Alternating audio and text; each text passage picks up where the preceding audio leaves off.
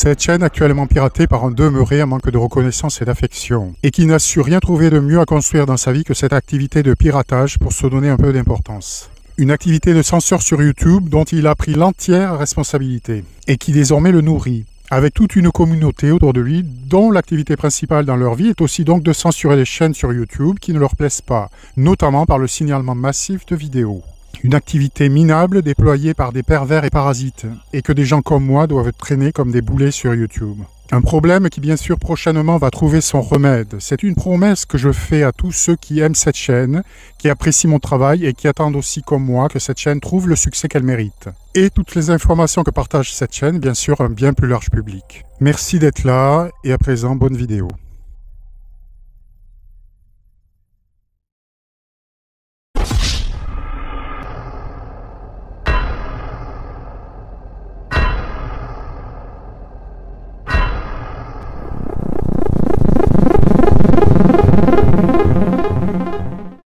Sur cette partie de la Terre, il n'y a pas si longtemps, existaient des géants. On parle de géants qui ont existé aux côtés de ce que nous appellerions maintenant des personnes normales.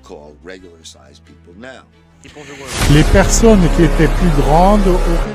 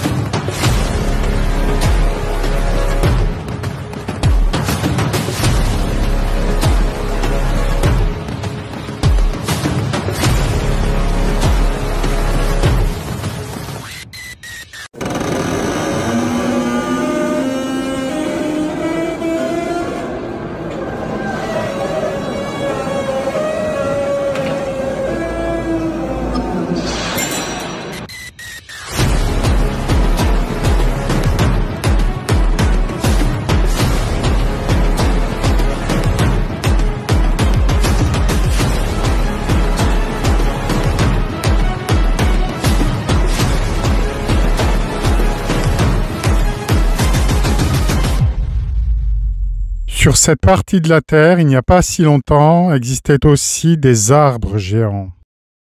Peu à peu, avec le temps, nous sommes devenus aveugles. Vos yeux sont devenus des traîtres avec le temps. Regardez de plus près, la cime est plate. Cet arbre a été abattu.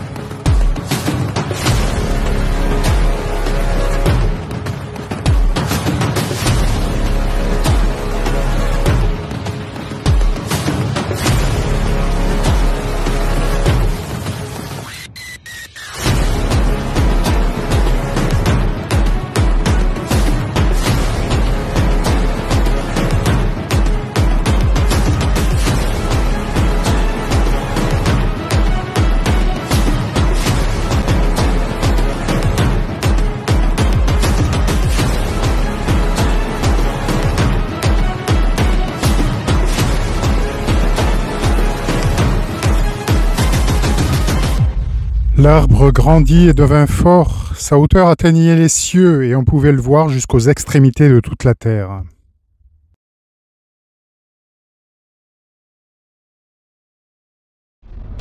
Et dans l'ancien monde, celui qui a disparu, il existait aussi des titans.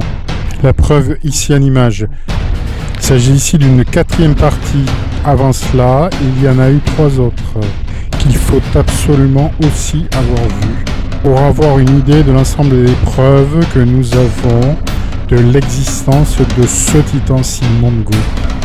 Une carcasse pétrifiée de titan que nous avons longtemps cru être une montagne.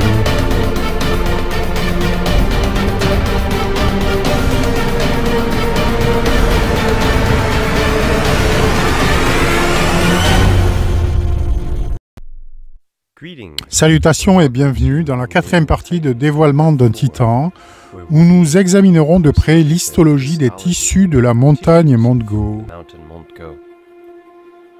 Si vous n'avez pas encore vu les parties 1 à 3, je vous recommande fortement de revenir en arrière et de le regarder en premier, car vous tirerez beaucoup plus de profit de cette vidéo si vous êtes déjà familier avec le sujet. Si vous avez vu les premières vidéos, vous comprendrez qu'il y a déjà un grand nombre de coïncidences qui s'accumulent à propos de cette montagne et qu'il s'agit peut-être en réalité des restes d'un éléphant titan. Dans l'un des fils de commentaires d'une des vidéos, quelqu'un m'a demandé comment je pensais que Montgo avait pu connaître sa disparition. Ma première pensée fut par la noyade. Cette photo serait une bonne idée de ce que cela impliquerait. Une grande inondation de boue qui a balayé la Terre. Cela expliquerait également le processus de fossilisation. Mais ensuite, en réfléchissant un peu plus à la question, il m'est venu à l'esprit que c'était peut-être une explication de la fossilisation, mais pas de la mort. Peut-être que Montgo est mort d'une manière plus sinistre, donc j'ai pensé qu'on pouvait l'avoir tué. Peut-être s'agissait-il de braconniers d'éléphants d'une ampleur gigantesque. Et ils ont matraqué la pauvre bête. Donc si nous regardons ici, la géologie traditionnelle, comme je l'ai mentionné dans la première vidéo, parle ici de cette courbure. C'est ce qu'on appelle un synclinal. Il s'agit de l'effondrement de cette partie de la montagne. Je pense que Montgo est peut-être mort d'une sorte de blessure géante à la tête et que le sang, la cervelle et tout le reste ont coulé sur les côtés. Et c'est pourquoi la montagne ressemble à ce qu'elle est. J'ai donc décidé d'aborder tout cela du point de vue d'une scène de crime et d'un procureur. S'ils veulent obtenir une condamnation, ils ont besoin de l'aide de médecins légistes qui analysent toutes les différentes preuves trouvées sur les lieux du crime. C'est donc ce que nous allons faire aujourd'hui. Donc, ce que je décrivais tout à l'heure, le synclinal. Il s'agit d'une véritable étude géologique de la montagne. D'après moi, toute cette section ici, où se trouve le passage respiratoire, s'est peut-être effondrée et tout ce ruissellement aurait alors coulé sur les côtés. Voici quelques exemples de ce à quoi ressemblent ces synclinaux. C'est le résultat de la compression qui se produit lors d'événements orogéniques. Et je ne savais pas ce que c'était. Alors j'ai cherché, et c'est le processus de formation des montagnes, notamment par le plissement et l'effondrement de la croûte terrestre. Donc, essentiellement, ce que nous examinons ici est la zone érogène de Montgo. Désolé, je n'ai pas pu résister. Si le procureur veut obtenir une condamnation, il va devoir assumer le fardeau de la preuve et convaincre le juge et le juré que la culpabilité de l'accusé est si sûre qu'il n'y a aucun moyen pour une personne rationnelle d'avoir le moindre doute. Donc, si vous deviez le considérer comme un tribunal, la question est de savoir combien de coïncidences doivent s'accumuler avant d'obtenir une conviction. S'il s'agissait du procès O.J. Simpson, je dirais que l'accusation aurait déjà une certitude en ce qui concerne la condamnation. Ici, c'est la liste que j'ai déjà montrée à plusieurs reprises de coïncidences. Certaines sont très spécifiques. Et les zones en bleu sont ce que nous allons aborder aujourd'hui. Donc, évidemment, la référence en matière de procès criminel est le test sanguin ADN. Et à un moment donné, j'adorerais prélever des échantillons de différentes roches autour de la montagne et les envoyer dans un laboratoire, en espérant peut-être mettre en place une sorte de campagne de financement participatif pour rendre quelque chose comme ça possible. J'ai entendu dire qu'il est difficile de trouver des laboratoires réputés capables d'effectuer ce genre de tests. Ça pourrait avoir quelque chose à voir avec ce que Roger de la Mud Fossils University a déjà fait. En français, Université des fossiles de boue, c'est-à-dire une université spécialisée dans l'étude de ce type de fossilisation, du genre dont on parle ici avec Montgo. Il a effectué 3 tests ADN différents et apparemment tous les 3 sont revenus concluants pour l'ADN humanoïde. Vous pouvez aller sur son site internet, cliquer sur le PDF et télécharger le rapport. Malheureusement, même avec ces 3 tests ADN concluants à son actif, le travail de Roger a été ignoré par le monde universitaire traditionnel. Et je pense que c'est assez simple en réalité. En réalité, ce qu'il dit est vrai. C'est une révélation bouleversante. Et tout ce que nous savons sur la géologie, les strates et la chronologie des événements doit être réexaminé et repensé, car il repose sur des raisonnements erronés. Combiné à toutes les autres preuves que j'ai recueillies, le test ADN serait le clou final dans le cercueil pour conclure que cette montagne était autrefois une créature géante. Malheureusement, comme nous ne l'avons pas encore, nous devrons nous fier à une analyse médico-légale. Et comme je l'ai déjà mentionné, l'outil principal des scientifiques médico-légales est le microscope. Et lorsqu'on a affaire à quelque chose de la taille d'une montagne, c'est vous qui êtes le microscope. Je voudrais donc revenir brièvement sur un point abordé dans la dernière vidéo, car il est essentiel pour tout ce que j'aborderai aujourd'hui. Voici une coupe transversale de l'os du crâne, et on peut voir qu'il ressemble à un sandwich. On y trouve deux épaisses couches d'os solide, puis au milieu, l'os spongieux. Comme je l'ai déjà mentionné, c'est là que se forme le sang, tant dans le crâne que dans les os longs. J'en ai également brièvement parlé. Cette zone, je suppose qu'il s'agit de l'os spongieux qui a été exposé. La couche externe s'est donc détachée. À chaque fois que vous vous promenez dans la montagne et que vous voyez un morceau de pierre qui s'est détaché, il expose cette zone rougeâtre riche en fer. Vous pouvez le voir ici. C'est un très grand segment manquant. Toutes les surfaces horizontales de la montagne sont recouvertes de ce qu'on appelle le karst, une autre forme de calcaire. Ce phénomène est remarquable car il présente une multitude de canaux et de fissures qui, selon la géologie traditionnelle, se sont formés suite à l'acidité de la pluie se mélangeant au calcaire et dissolvant le carbonate de calcium. Ces fissures ici s'agrandissent avec le temps. C'est ce que suggère le modèle dominant. Je suggérerais pour ma part une explication plus simple. Il s'agit en fait de canaux formés par des vaisseaux sanguins. Lorsque nous examinerons certains des échantillons que je vous montrerai plus tard, je vous invite à garder à l'esprit cette explication géologique classique, car je ne pense pas qu'elle explique certains des échantillons que je vais vous montrer aujourd'hui. Il s'agit simplement de montrer comment l'eau calcaire, associée à des solutions acides faibles, érode le calcaire et crée des paysages accidentés. Nous allons donc examiner de nombreuses roches différentes aujourd'hui, mais elles appartiennent toutes à ce que je considère comme deux types d'os différents. Si l'on examine les os longs, on trouve cette zone osseuse compacte, mieux visible ici, qui est stratifiée. Je vais vous montrer une autre image un peu plus loin, illustrant tout cela sous un angle différent. À l'intérieur se trouve l'os spongieux, rempli de toutes sortes de vaisseaux sanguins. C'est là que le sang est produit. Les globules rouges du corps, votre moelle osseuse est là, ainsi qu'une grande partie de votre système immunitaire. En observant la couche transversale de l'os compact, on dirait les couches d'un arbre qui pousse vers l'extérieur. Et si l'on parle d'un objet de la taille d'une montagne, chacune de ces petites lignes représenterait, dans le cas de Mongo, quelque chose d'environ 1 à 2 mètres d'épaisseur. Voici donc l'os trabéculaire. Si on regarde ici, c'est comme si on l'observait au microscope. Vous pouvez voir que c'est de nature fractale. On voit des trous de plus en plus grands et qui deviennent aussi de plus en plus petits. C'est un os du bassin. Vous voyez ici que lorsque la couche externe est rompue, l'os spongieux est exposé. Et ici, vous pouvez voir plus clairement que tout le sang a disparu sur cette image.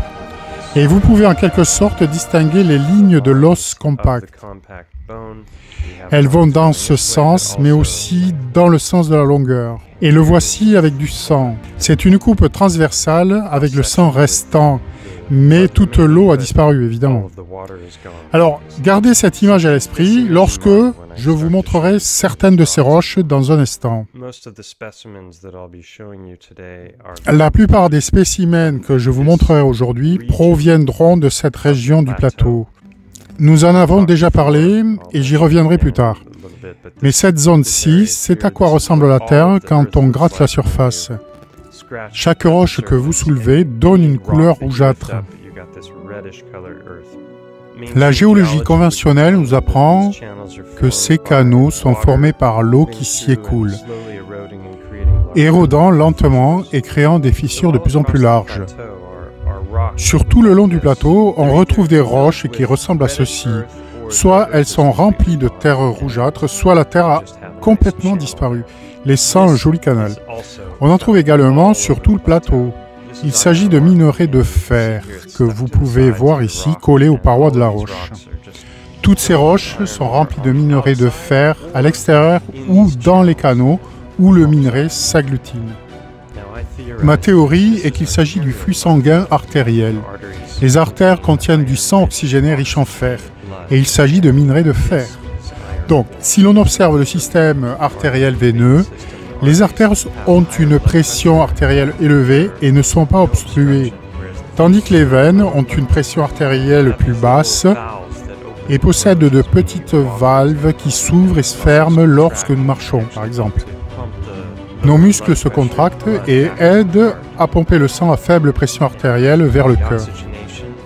Et l'oxygénation, si vous regardez ici, c'est le cœur. Il pompe le sang chargé de fer et d'oxygène vers tout le corps. Puis l'oxygène est ensuite utilisé par les cellules. Puis le sang est pompé vers les poumons, puis vers le cœur où il est à nouveau renvoyé vers tout le corps. L'hémoglobine est la partie du sang à laquelle l'oxygène se lie et qui contient le fer. Si on examine la composition du sang, on y trouve 45% de globules rouges, puis de plasma, dont nous parlerons plus tard. Ici, il s'agit de minerais de fer et on en trouve partout dans la plaine.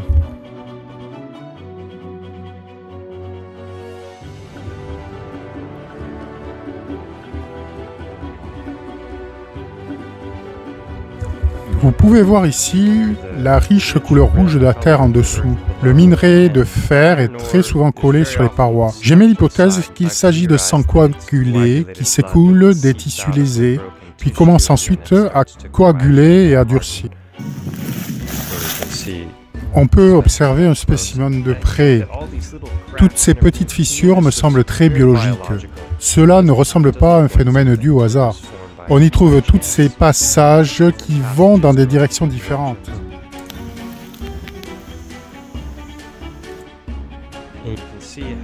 Et on voit comment le fer adore se coller aux parois du calcaire.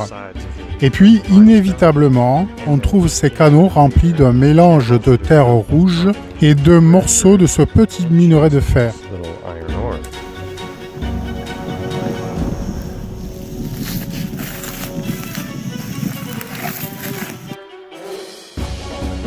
Maintenant, demandez-vous si cela ressemble à des fissures formées par l'eau, qui s'y infiltrent, ou si cela est de nature plutôt biologique.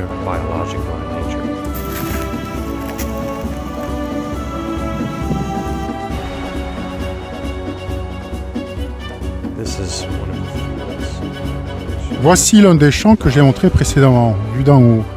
Observez les arbres et la riche couleur rouge du sol.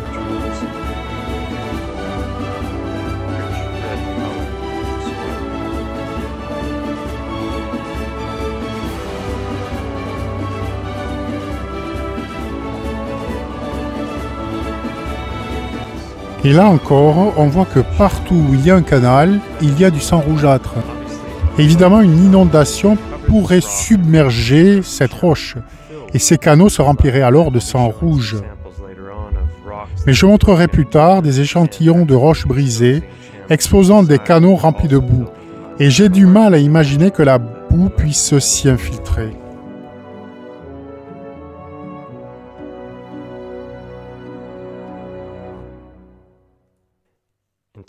Et pour moi, ça ressemble incroyablement à de l'os trabéculaire. C'est une sculpture dont je ne me souviens plus le nom du lac. Ils aiment faire des œuvres d'art avec la pierre. On voit ici la structure arborescente des ostéoblastes qui créent cette os circulaire. Puis on obtient ces longues couches droites et parallèles. Si vous imaginez que l'os est écrasé, cela exposerait l'os trabéculaire au milieu, mais aussi sur les côtés, là où vous voyez la fracture, et cela exposerait les différentes couches de l'os.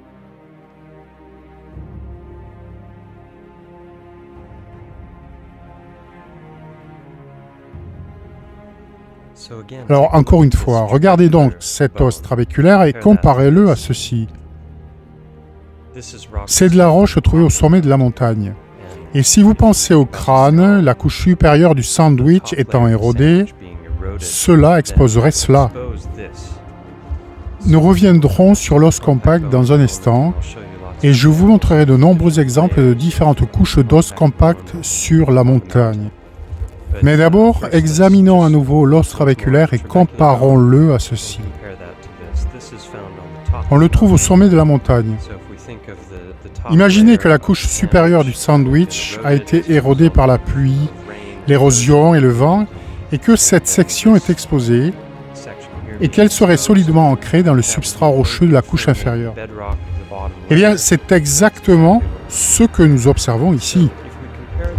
Donc, si l'on compare l'os trabéculaire des os longs du corps à celui du crâne, il est beaucoup plus petit.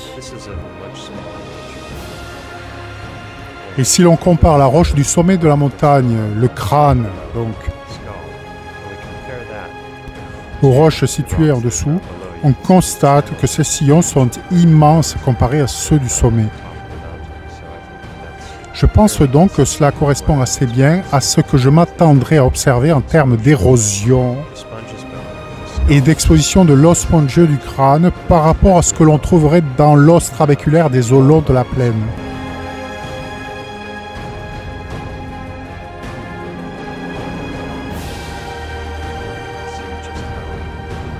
On peut ici constater à quel point l'os trabéculaire peut devenir petit au sommet de la montagne. J'ai montré cette photo dans la dernière vidéo, mais voici le sommet de la montagne.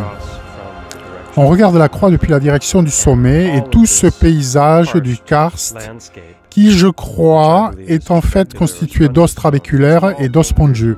Tout est ancré dans le lit rocheux, mais cela est cohérent avec l'anatomie des os.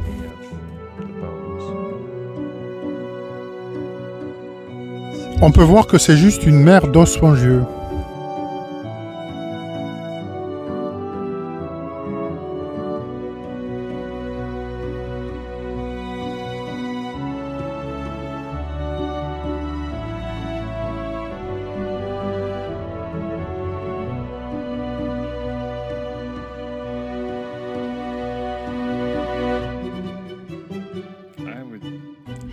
J'oserais supposer que ces roches sont essentiellement les mêmes que toutes celles que l'on trouve dans la plaine, qui sont d'une couleur totalement différente, plus proche de cette couleur.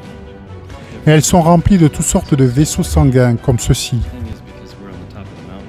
Le fait est que, comme nous sommes au sommet de la montagne, ces roches ont subi toutes sortes d'érosions, notamment par la pluie, le vent et le sable, et tout le sang a depuis longtemps été lavé des passages dans les eaux. Alors, cette photo ici a été prise sur le plateau. Et c'est un parfait exemple de ce dont je parle. Voici donc la couche inférieure, le lit rocheux sur lequel l'os trabéculaire est fixé. Puis la couche supérieure a disparu depuis longtemps. Ce serait donc ça, avec les petites attaches supérieures encore présentes. Cette photo n'est qu'un rappel de l'aspect d'un os une fois tout le sang retiré. Et ceci est une étape intermédiaire du processus. Et ça ressemble exactement aux rochers que l'on trouve dans la plaine. Examinons maintenant de plus près l'os compact.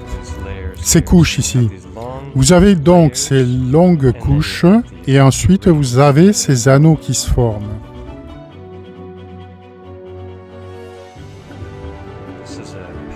Voici un os pétrifié.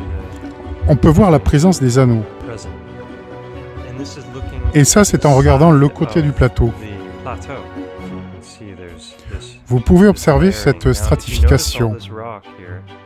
Maintenant, si vous observez toute cette roche, vous constaterez qu'elle est totalement dépourvue de vascularisation. Il n'y a pas de vaisseau sanguin, sauf dans certains cas où il y a de tout petits canaux. Mais ce que vous avez essentiellement, ce sont des amas de roches de 90 cm d'épaisseur qui sont superposés jusqu'au sommet. Je pense donc que le sommet a été écrasé, et c'est là que se trouvent tous les os trabéculaires, dont nous voyons ici beaucoup plus d'exemples de ça.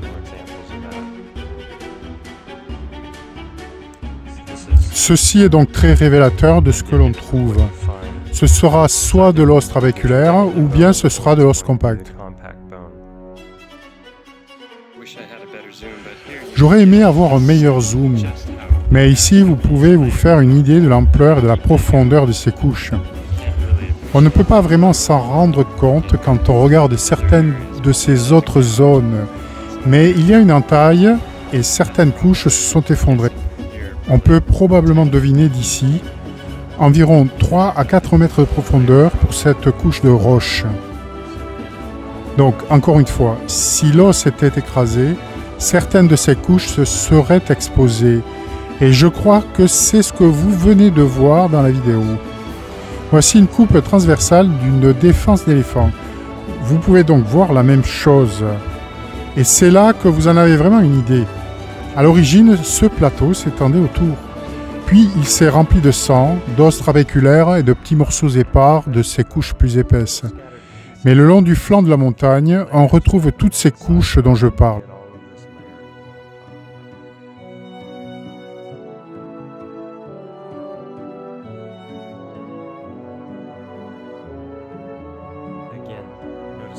Là encore, on observe une absence notable de vaisseaux sanguins. Voici ici ce que je considérerais comme un segment de transition. Il n'y a aucune vascularisation, mais il y a néanmoins du minerai de fer déposé ici.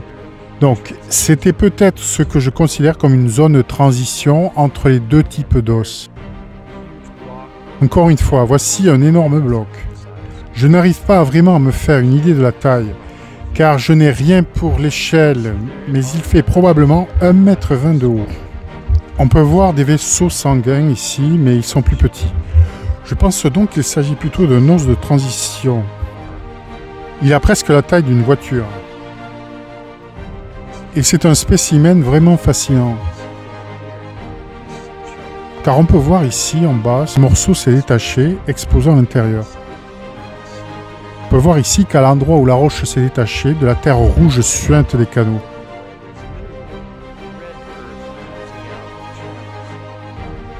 Et celui-ci a aussi la taille d'une voiture, sous un autre angle.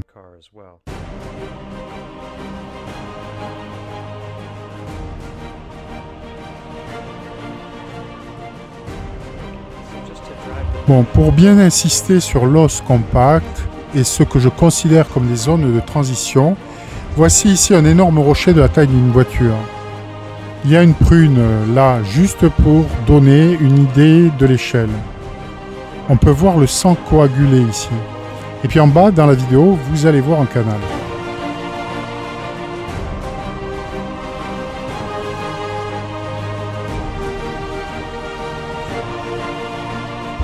Vous pouvez voir un canal juste en dessous, là où un animal a creusé, exposant le sang rouge.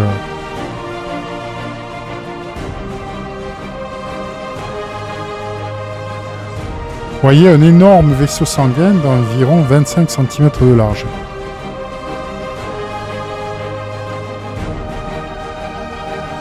Si cela a été créé par l'érosion, il est intéressant de noter qu'il forme un cercle presque parfait et qu'il est si grand.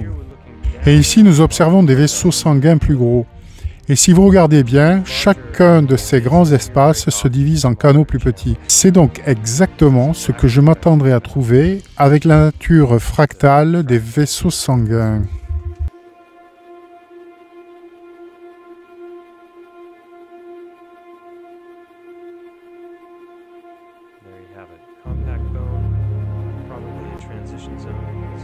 Voilà, l'os compact est probablement une zone de transition en raison de son importante vascularisation. Ok, parlons maintenant du plasma. Si l'on examine la composition du sang, on constate qu'il est composé à 91% d'eau. Si on retire cette eau, il reste 7% de protéines et autres solutés. Ces 7% donnent au plasma sa couleur jaune. Il est composé d'albumine. Et quand on pense à l'albumine, on pense au blanc d'œuf. Il a cette texture grasse jaune.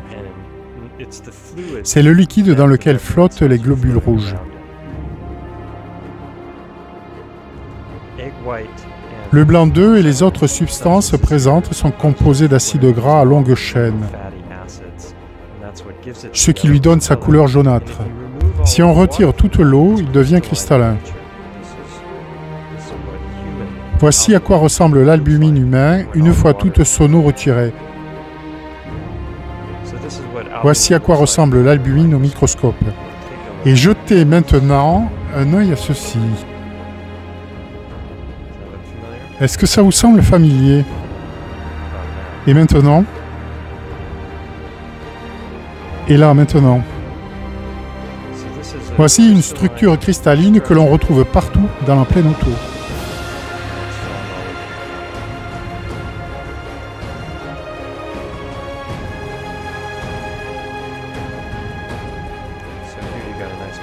On y trouve une belle combinaison du rouge des vaisseaux sanguins et riche en fer, et le plasma qui s'est également collé à la face externe de la roche.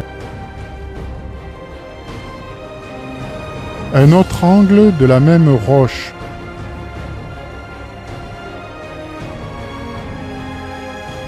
Voici un autre spécimen que j'ai trouvé.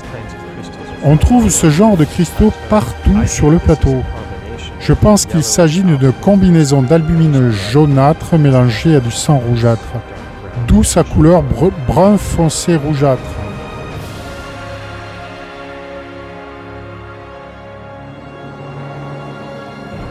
Et ici, vous pouvez voir exactement la même chose attachée à un rocher. On y trouve le sang riche en fer et le plasma est collé sur le côté, comme un blanc d'œuf collé à quelque chose. J'ai aussi trouvé un magnifique cristal. Il est énorme. Voici son revers, son dos. Et il y en a donc beaucoup moins sur la plaine. Je pense que c'est parce que les gens collectionnent les cristaux pour leur beauté et les ramènent chez eux au fil des ans. Peut-être ont-ils été déplacés à des fins industrielles aussi. Mais il y en a une quantité impressionnante là-haut. Ok, alors, roche, roche, os, roche, os. Ou bien c'est encore de l'os. Bon, je vais juste aborder un dernier sujet brièvement, puis je terminerai par un résumé de ce que nous avons vu. Si l'on observe le crâne, il y a des connexions entre les os, connues sous le nom de sutures. Et le tissu autour des sutures est légèrement différent. Vous pouvez voir que d'autres parties de l'os présentent un grain. Il y a une stratification en fonction de la façon dont l'os est formé. Mais les sutures sont légèrement différentes dans leur forme et leur aspect. Et vous pouvez voir une sorte de trace qui monte. Eh bien, j'ai trouvé une partie de la montagne au sommet qui, je pense, pourrait être des sutures, parce qu'elle semble très différente des autres tissus qui l'entourent. Je vous laisse juger par vous-même, mais vous pouvez voir que ce sont ces petites couches de roches verticales. On est ici au sommet. Et dans un instant, je regarderai les côtés de ce sentier.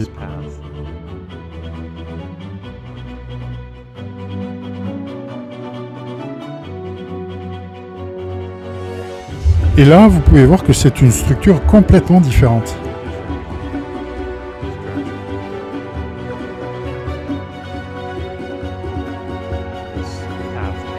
Et ce sentier zigzague comme une suture. C'est le chemin final vers le sommet. Voilà donc plus ou moins les informations que je voulais aborder dans la 4e et 5e vidéo. J'ai réussi à tout condenser en une seule vidéo. À partir de là, la prochaine étape sera de lancer une sorte de financement participatif pour une analyse ADN. J'aimerais éventuellement interviewer un des géologues, peut-être quelqu'un qui a travaillé sur la montagne. J'appréhende un peu à ce sujet à cause du langage, bien sûr, et du risque aussi d'être perçu comme un cinglé. Mais la conversation pourrait être très intéressante. Nous avons abordé beaucoup de sujets dans cette vidéo. Nous avons examiné la morphologie générale de la montagne. Nous avons exploré au plus profond de l'œil, au plus profond de l'oreille aussi. Nous avons aussi examiné les tissus de la montagne. Eh bien, j'espère que vous avez apprécié, j'espère que vous serez satisfait de la quantité de preuves présentées et soyez convaincus que je gagnerai réellement un procès. Il y a beaucoup de coïncidences qui se sont accumulées, non? Certaines sont très précises et rendent hautement improbable que je souffre de pareidolie. Mais bon, sait-on jamais, ça reste possible. Je vous laisse avec quelques magnifiques photos de la montagne. Jusqu'à la prochaine fois, j'espère que vous avez apprécié la série de vidéos. Cliquez sur j'aime, abonnez-vous et partagez-la avec vos amis. Je publierai bientôt une autre vidéo sur un autre sujet qui, je pense, vous intéressera.